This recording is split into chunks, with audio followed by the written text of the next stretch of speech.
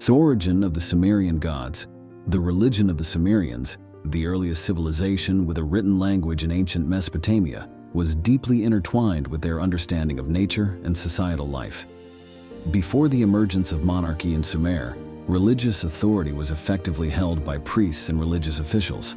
Over time, this role shifted as kings began to wield more influence, though priests continued to hold significant power in Sumerian society. Initially, Sumerian temples were simple structures consisting of a single chamber, often built on elevated platforms. By later stages of Sumerian civilization, these temples evolved into towering ziggurats with a temple atop. According to Sumerian beliefs, the universe originated from primordial entities. Initially, Namu, the primeval sea, gave birth to An, heaven, and Kai, earth. Their union produced Enlil, who separated heaven from earth and ruled over the earth. Humanity was said to have been created by Enki, the son of Namu. However, the underworld was depicted as a dreary realm named Kur, ruled by the goddess Ereshkigal and her consort, the god of death, Nergal. Key deities in Sumerian pantheon included An, the sky god; Enlil, the god of wind and storms; Enki, the god of water and civilization; Ninhursag, the goddess of earth and fertility; Utu, the sun god and dispenser of justice; and Nena, the moon god.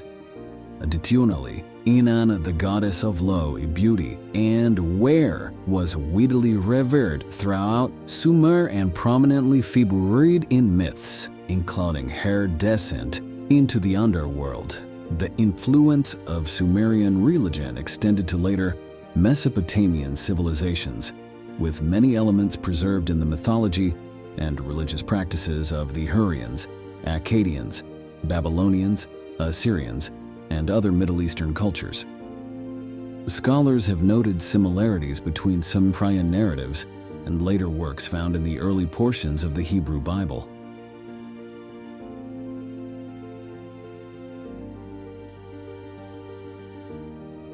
The mythology of the Sumerians was passed down orally through many generations before the invention of writing. The world's first epic, the Epic of Gilgamesh, is a Sumerian legend recorded on clay tablets. Initially, Sumerian cuneiform writing was primarily used for record-keeping. However, by the late dynastic period, religious literary works became popular, such as hymns in temples, or as a form of incantation. They were often inscribed with sharp implements onto stone or clay tablets. In the city-states of Sumer, early temples were typically tall, single-chambered structures. In the early dynastic period, temples evolved into stepped forms and were divided into multiple chambers. By the end of Sumerian civilization, ziggurats became common temple structures at religious centers in Mesopotamia. These temples served as cultural, religious, and political hubs until around 2500 BCE, when military leaders, called Lugal, emerged. Subsequently, political and military leadership gradually shifted to reside in independent palace complexes.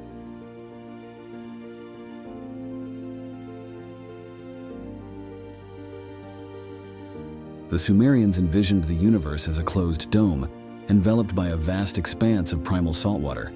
This dome was considered part of the earth, with the firmament and a freshwater sea called Apsu lying beneath the surface. An was the god of the sky, while Kai was the goddess of the earth. Initially, the Sumerians imagined the underworld as part of the goddess Kai, but later, the concept of the netherworld, Kur, gradually took shape. The primal saltwater was called Namu, and later became known as Tiamat. Primary information about the Sumerian creation myth comes from the opening section of the Epic of Gilgamesh, Enkidu, and the netherworld. In this narrative, Namu, the primeval sea, first gave birth to An, heaven, and Kai, earth. An and Kai then united and birthed Enlil, the god of wind, rain, and storms. Enlil separated the sky from the earth and ruled over the earth, while An ruled over the heavens. The Sumerians worshipped the sky as a vault, with multiple tiers often depicted as 3 or 7, covering a flat earth. Each tier of the vault was made of a different precious stone, and each tier housed distinct deities. Venus was Inanna, the goddess of love, sex, and war, while the sun was Atu, the god of Justaya, and the moon was Nana. The souls of mortals after death were believed to descend into Kur, later known as Irkala, a dark underworld deep beneath the earth. Kur, described as a shadowy counterpart of life on earth, was a desolate realm ruled by the goddess Ereshkigal. According to Sumerian beliefs, all souls after death had to journey to Kur, regardless of their conduct in life. In Kur, souls endured harsh conditions, subsisting only on dust, and their living relatives had to perform libation rituals, pouring wine into the grave through clay pipes so they could drink. However, there were indications that the goddess Inanna could bestow special favors upon her devotees. Regarding the entrance to Kur, it was said to be located in the Zagros Mountains to the east, guarded by 7 gates watched over by the god Neti. Ereshkigal's messenger, Sukal, was Namtar, and the Gala, a type of demon dwelling beneath the earth, were tasked with dragging the unfortunate souls down to Kur.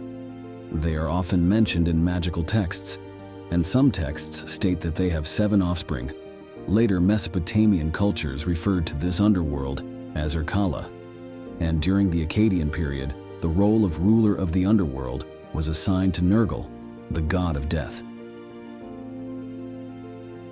To reconcile this dual rulership, the Akkadians appointed Nergal as the husband of Ereshkigal.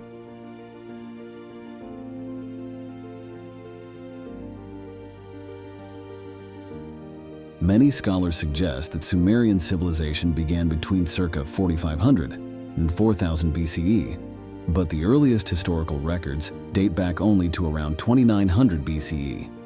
The Sumerians initially practiced a polytheistic religion, with gods anthropomorphized to represent the cosmic forces in earth in their world. The earliest Sumerian literary works from the 3rd millennium BCE identified 4 major deities: An, Enlil, Ninhursag, and Enki. These gods were initially believed to sometimes behave capriciously towards each other, but were generally seen as cooperating to maintain creative order. By the middle of the 3rd millennium BCE, Sumerian society was increasingly urbanized. Consequently, Sumerian gods began to lose their original connection to nature and became patrons of various city-states. Each Sumerian city-state had its own specific patron deity who safeguarded the city and protected its interests. Numerous lists naming a large number of Sumerian gods have been found. The hierarchy of their importance and the relationships between the gods have been studied through cuneiform clay tablets. By the late 2000s BCE, the Sumerians were conquered by the Akkadians. The Akkadians assimilated their own gods with the Sumerian gods, gradually giving Sumerian religion a Semitic flavor. Male deities began to dominate, and the gods completely lost their original connection to natural phenomena. They were now perceived to live in a feudal society with class stratification. Powerful gods like Enki and Inanna were increasingly seen as receiving their power through the primary god, Enlil.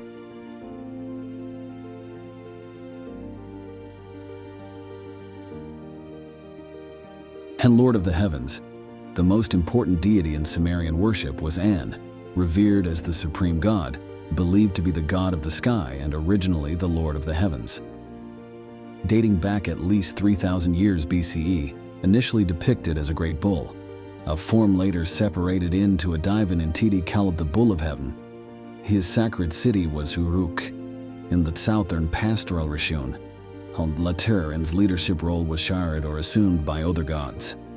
However, the gods were still believed to have received Inutu and power, indicating that his esteemed status was maintained throughout. Enlil, god of the atmosphere. Enlil, the god of wind, air, earth, and storms, was the principal deity of Sumerian worship, but was later revered by other civilizations such as the Babylonians and Assyrians.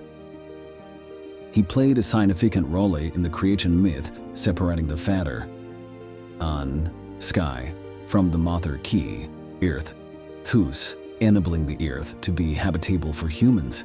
His breath was believed to create wind, storms, and hurricanes.